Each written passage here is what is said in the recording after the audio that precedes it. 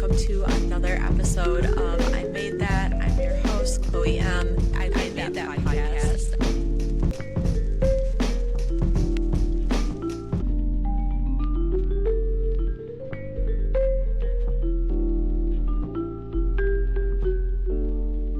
My guest today is a shoemaker and design consultant. He's worked with everybody from legacy brands like Puma, Adidas, and Nike, all the way up to newcomers like Yeezy, Toms, and most recently Crocs, where he's been appointed Senior Manager of Creative Innovation. He's a creative powerhouse known for his rare combination of relentless work ethic and infectious positivity.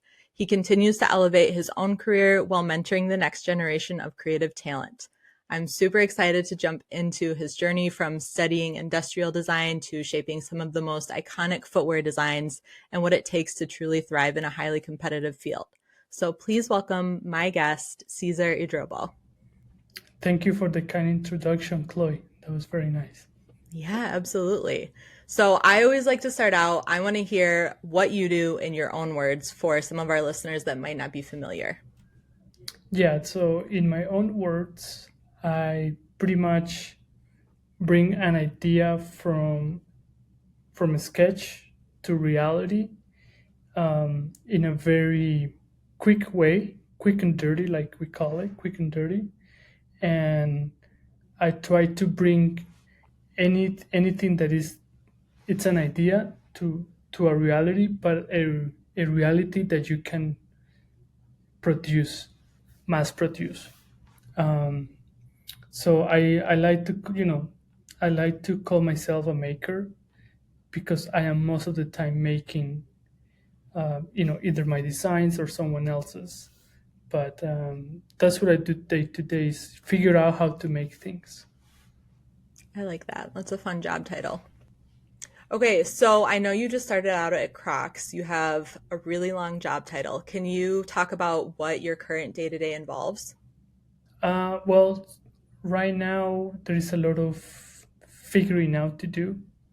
So that's no much action, but there is a lot of like planning and strategizing behind the scenes. So just Yeah. warming up and well, I mean, to be specific, I'm gonna be pinning up boards later today. So Are you guys getting like your mood boards going? yeah, I mean, yeah, part of that, yes, but also like starting to visualize the idea. But yeah, I'm just gonna be pinning up boards today. Okay, can you talk about your journey to finding your preferred like style? Because you're definitely in a very niche industry. How did we end up here? Yeah, so I started with my passion for being hands-on, being an artist, making things, figuring out how to make things work in terms of like mechanisms, space related uh, projects.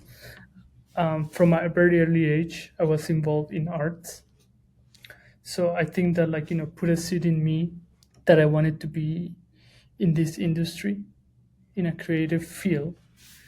I went to college to the Savannah College of Art and Design for industrial design because I felt like it was the bachelor that best fit my two interests that I had at that time, which was design, like aesthetics, creating aesthetics, but also like how things work inside. And to me, industrial design was the perfect blend of those two worlds. So I decided to pursue industrial design, and then after working for a year, I decided to come back to do my graduate studies in accessory design, and in the same college at the Savannah College of Art and Design. Um, I went back to get my master's, and it was a really great program because there I learned how to execute, really well the ideas that I had and how to properly translate them in a way that they can be mass produced or that they can be, replicated. So that's basically how I started.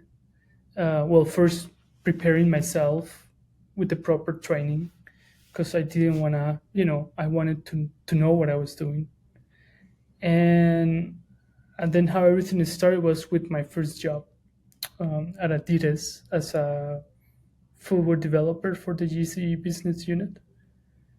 And that was my first job out of college. And the rest is history. I don't know if I knew that Adidas was literally like your first job out of college, which is super, super wild. Well, yes, my first job out of grad school. Yeah. I had Okay. other jobs before and things like that, but for footwear, it was Adidas my first job. Yeah. Okay, so for those of you that might not be aware, Caesar has had kind of a wild ride. So he's worked with all these crazy brands, but he was basically like the number three guy at Yeezy. It was like you and Steven Smith really leading design and prototyping. So the idea that you went to your first job at Adidas and then Steven like picked you off the floor basically, right? Yeah, we met at Adidas. Mm-hmm. Um, but then a year no, I my position was terminated 2 months later. But Steven and I kept in touch.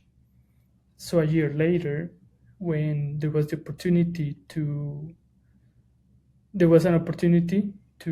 for me to come work with Steven on the Yeezy side. That's when, he brought me on board to help him with his creative initiatives at Yeezy. Yeah. Okay. So I think there's a lot of gold in there. I think that something that you really excel at is creating relationships. I think that you're one of those people that will literally talk to anybody about anything. You're always looking to meet new people and just like genuinely interested in people in general. So can you speak about some of the importance of expanding your network as a creative? Yeah, it's very important for people to look around who's in their circle of friends, uh, because I was thinking when I was going through like slow times in my career, and I wanted to make I wanted to be proactive and make changes to what I was doing, because I I was very aware that it was a slow time in my career. So I was like, okay, I gotta do something about it.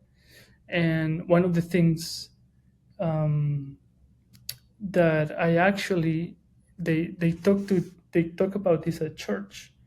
They say, like, when you're in hard times, look who's around you. And I started thinking, about the, like, people that I knew. And it was people that I constantly reached out for, like, for either for help or just checking in, or if I could help in some way or form. But it was people that I would stay on the radar. And it's important for creatives to culture and nurture relationships, because relationships is the foundation to for you to, how can I say, make things happen, as well as, maybe an opportunity comes, but it's because you know someone. So when you think about it that way, you should place relationships at a higher place, and how to maintain those relationships, and because they'll take you far. They'll take you far places. I think there's also a lot to be said for placing yourself around people that inspire you. So maybe even keeping those people in your network that you don't really see a direct way to work with them, but having them around and saying like, "Oh, you're doing really cool stuff." I think that that always helps me want to level up and continue kind of on my journey. Right. Yeah, that's important too. It's important to emulate people's success. Yeah. um, and that's the importance. One of the things that I advise a lot is, read people's biographies. Successful people, or people that you want to be like, who you want to be like. Read what they did, and do what they did, because high chances are that you're probably, you're going to be successful as well. Yeah, so I guess kind of to piggyback off of that, who inspires you? Who do you look at to be like? Yeah, there is a few Formula One race car driver that I often look up to him for work ethic. He was a very they consider him one of the best or the best Formula One race car driver in the history of the sport. His name is Ayrton Senna. He's from Brazil, and he had a short but very successful career. And I read his biography, and it was impactful for me to know his day to day. Throughout the biography, his day to day and what he did to accomplish what he accomplished. So things like that. When you read that and you get to know someone that close, it really makes you rethink and reframe your perspective on how you approach your life day to day. Were there any particular parallels that you pulled out of his day to day that you practice in your life currently? Yeah, I'm glad you asked that. There is a parallel that I was there is a parallel, and there is an approach that he had to racing, which consisted of like uh, other elements influence what you do, in terms of like the weather, the wind, all these elements influence how you race. He would be mindful of that. He would be aware of that, and he would adjust his style of driving to the conditions that were presented at that moment. Uh, so I take that approach of him being mindful of the other things that influence what he does. I I do that with designing. When I design, I try to look for answers in other places, because there might be something there that I didn't know there was, hadn't I looked for it there. And what I mean by that is, for example, looking for inspiration on what regular people were in the streets. You know, just seeking for those moments of inspirations that are sprinkled throughout the day. I try to capture those as much as I can. What's sticking out to you right now that you're seeing out in the world? Uh, Something that's sticking out a lot. Oh, hey, I was just at the airport, and just the amount of people wearing Uggs and Birkenstocks, and these like footwear choices that are comfortable, and that's what people wear at the airport. And a pair of gray sweatpants. That's like people's uniform. So I don't know. It's interesting seeing people's choices based on their environment or what they're doing. I think arguably the airport is one of the best places for people watching. It's so much fun. Yeah, I agree. Okay, so let's switch gears a little bit. What part of working as a creative professional do you struggle with the most? Definitely the non-creative stuff. I think is challenging. Not challenging, but it's a change in mentality that you have to have when, let's say, you have to go from a creative to being an accountant, or you have to go from being a creative to, I don't know, business, I don't know, strategy, or running the business. I started my own company last year, and all these things that you now have to do on top of what I have to do, which is to create. So it's not something ideal, but not definitely something that I don't want to do. But it is important to be smart about it, because at the end of the day, if there is no business, there is no creating, there is no design. So it's something that is growing on me. It's being an entrepreneur, a more, how can I say, like partner, trying to look for partnerships, collaborations, things like that. So it's it's definitely a change in pace, but it's a good change. Yeah. You know what's so funny is every single person that I've asked that question to on this podcast has answered that exact same way. I think that, the best creatives aren't always necessarily the best business people. And it makes sense. I mean, it's two completely different sides of your brain, but I don't know that like when I started out, I have like my whole bank of questions because the whole point of this podcast for me is like understanding where the crossover is with everybody's process. And that has definitely really stuck out to me. Yeah, yeah. But again, I enjoy running the business. I think there is a lot of creative ways of doing a business and like way of doing things.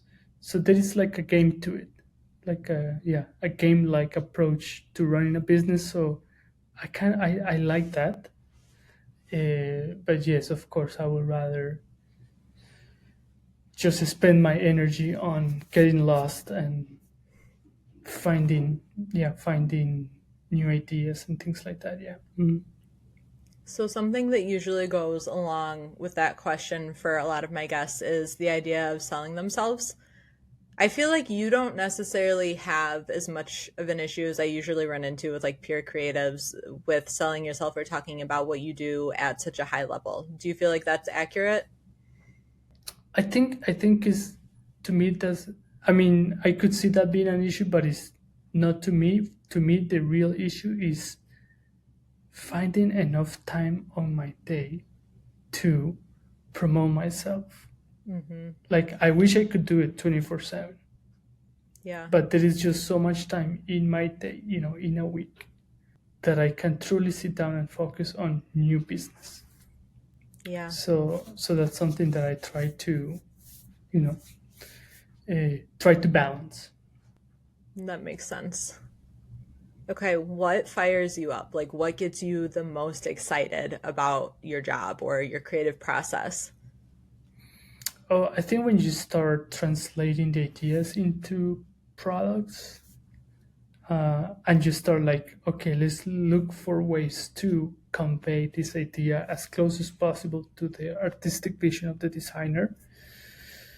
That like the hunting for materials for things that portray the vision. That's exciting. Yeah. So, on the flip side of that, obviously that's fun and that's what you get excited about. What is a good example of a negative situation that you learned from? Oh, don't work without a contract. Oh, that's a really good one. Can we elaborate on that a little bit, or are we going to break NDAs?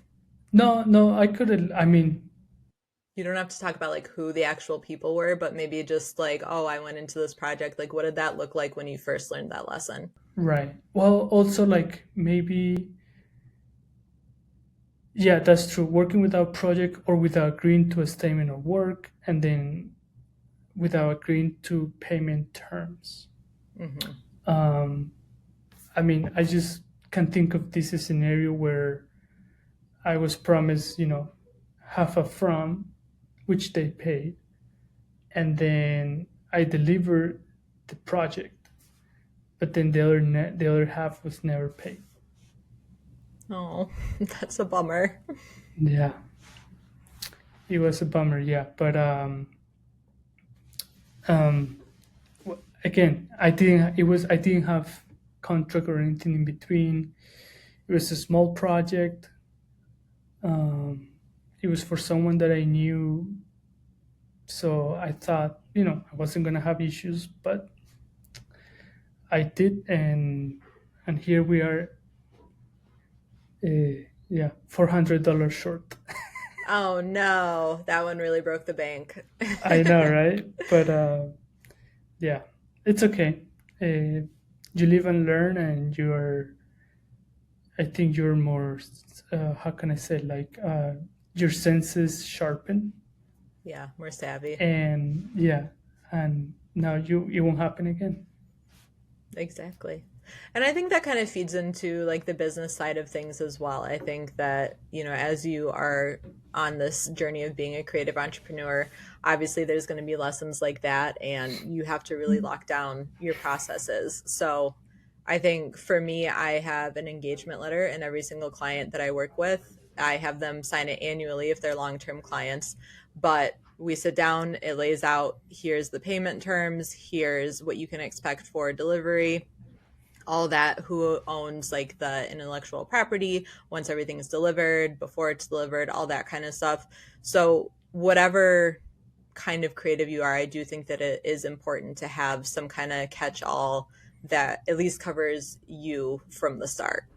Yeah, And I learned that from my accounting boss. So back when I was an accountant. So that's what I took from the business world. that's good advice. And see, those are Yes. the things that like they're helpful and they're smart, and I actually quite enjoy the. Oh, I wish I could get paid for writing proposals or for like crafting proposals, but it's when you're a business owner, no one no one compensates you for that, but it's you do it with the hope that it will turn into into a project. But yeah, I wish I could get paid for writing proposals. It's hilarious. The most recent thing I invoiced for was a pitch deck. So people literally pay me to create their proposals. That's interesting. So you're Yeah. doing proposals for other people? Yeah, so I mean, I think I really live at the intersection of business and creativity. I think a lot of what people hire me for is initially like graphic design or things that they would usually categorize as creative, but it generally quickly turns into more business strategy based that incorporates the creative. So a lot of websites, a lot of pitch decks, proposals, stuff like that, marketing materials, a lot of the stuff that really meshes like creativity and business. That's like my sweet spot. Mm, wow, that's really good. Yeah, it's super fun. Probably not as fun as designing Crocs all day, but I like it. Yeah. Yeah, you're like, yeah, no, my job's way more fun. Okay, so we talked about who you look to for inspiration. We've talked about you've literally worked with like everybody. I was looking at your LinkedIn this morning as I was getting prepared for this, and I saw a bunch of brands that I wasn't even aware of. Willie Chavra, Chavaria. Chavaria. Chavaria. Yeah, yeah, yeah. Okay, so he's like popping off right now. Saw him on the list, had zero idea. So this next question is kind of loaded, and you might have already worked with them, but who would be your dream client?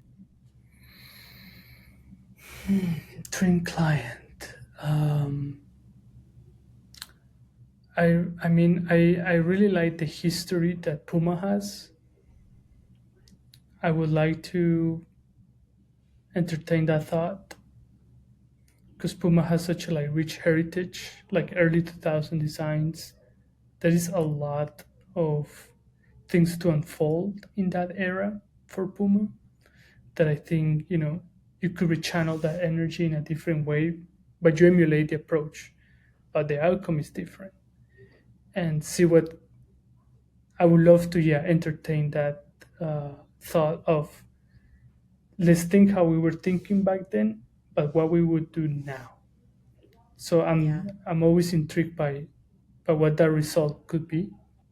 Some of my friends that have like clothing lines would be interesting to collaborate with, just because I know them personally and like I know their creative direction. It Yeah. would be interesting to like doing stuff with them. But yeah, that's what I would like to do. Mhm. I feel like Puma's a good answer too. I feel like they're really open right now because they've got stuff with I feel like I've seen an interesting roster because they've got ASAP Rocky right now, right? Mm-hmm. And didn't they just release some basketball stuff with Salehi? Mm-hmm. It was a running shoe, I think. Running. It was Okay. I running couldn't shoe, yeah. remember what the collaboration was there. This is kind of a wild card one, but I'm interested to know because I feel like you are so humble. What was the pivotal moment for you, or did this happen where the gear kind of switched in your head? You were able to step back and be like, "Oh my God, this is happening for me. Like I am being successful." I mean, definitely starting my role at Yeezy, that was a win. Hmm. Uh, but I think to me, each year that I spent at Yeezy, it was the reassurance that I was in the right place.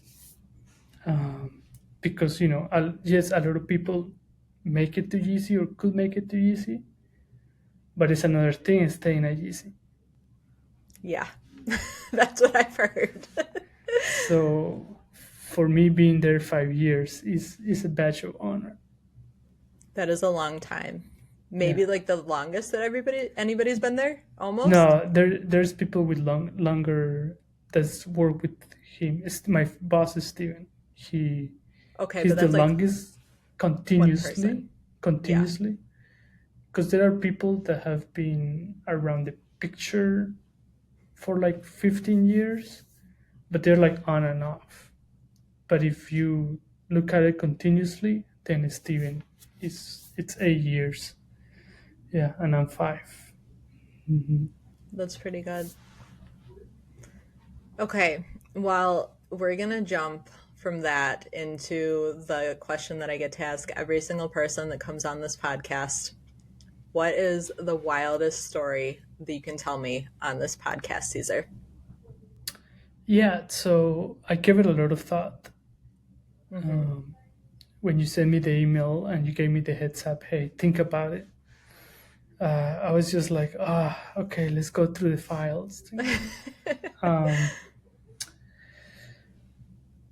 I would say this was like 2 months into the job, Hmm. when I did my first music video prop for the I Love It music video.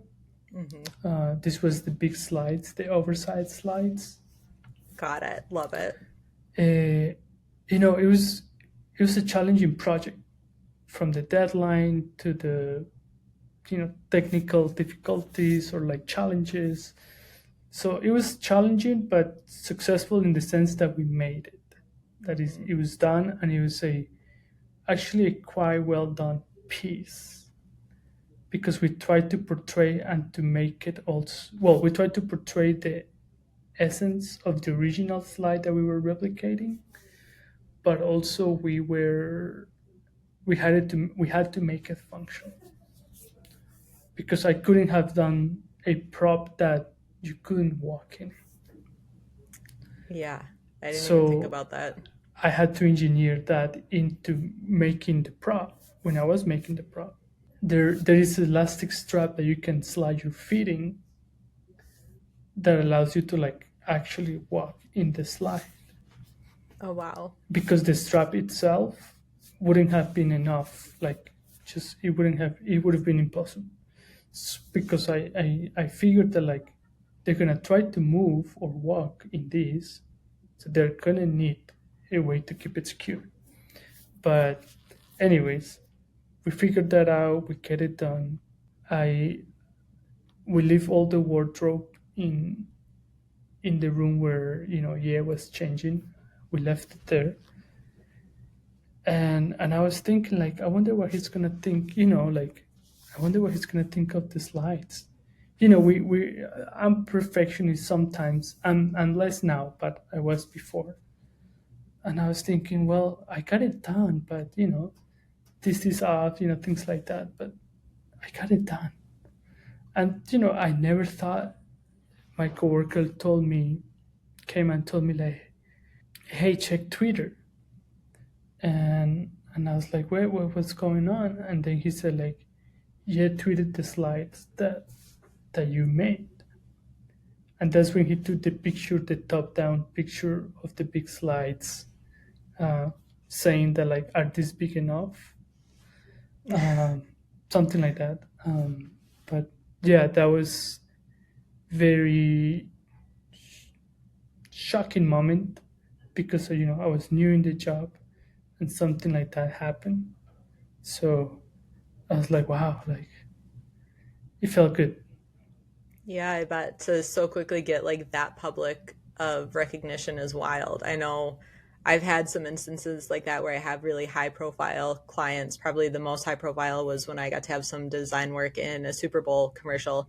And it's so crazy to see something that you've created out in the world like that. Or even, I do packaging design for a handful of people. And so to like go into stores and see something that you created on the shelves, I gotta imagine with the shoes as well, that's really wild. It's like it's a piece of you that's out in the world like that. Yeah, yeah. It felt nice. Yes. So what was the turnaround time on the props? We started Wednesday afternoon. We started on a Wednesday afternoon, and then the props were due on Friday at 2 p.m. Oh my God. And before the prop, uh, before the prop, we had to make the confirmation prop sample so that we could Yeah. so I could Like get the your initial sign off to concepts. make the actual pair. And that first confirmation, that first sample that we did, it was too big. Oh no. So we had pretty much only day and a half to finish that. That's a wildly short amount of time to make something tangible. Because I know, like in design world, like you can draw stuff up. We can do that in a day, no problem. I have 24-hour turnarounds all the time. But to Mm-hmm. physically have to create something that's also functional, that's wild. Yeah, yeah. Cool. Okay. Well, good pick. I like that one. Before we wrap up, I definitely want to give your podcast a shout out. You guys just launched season 2, the Mood Board podcast, you and your friend Aaron. It's such a good listen. Cannot recommend it enough. You guys should definitely jump in for any kind of creatives. They give a lot of really good actionable items and advice from people that are just in it. So definitely go check out your podcast. But where else can we find you? Yes, I'm very active on LinkedIn. Yep. Uh, Active on LinkedIn and then Instagram. Yeah. Perfect. And what's your Instagram handle? At Drobo. Okay. Perfect. Well, Cesar, thank you so much for joining me today. It was lovely chatting with you. Thank you for having me. All right. I'll see everybody next week.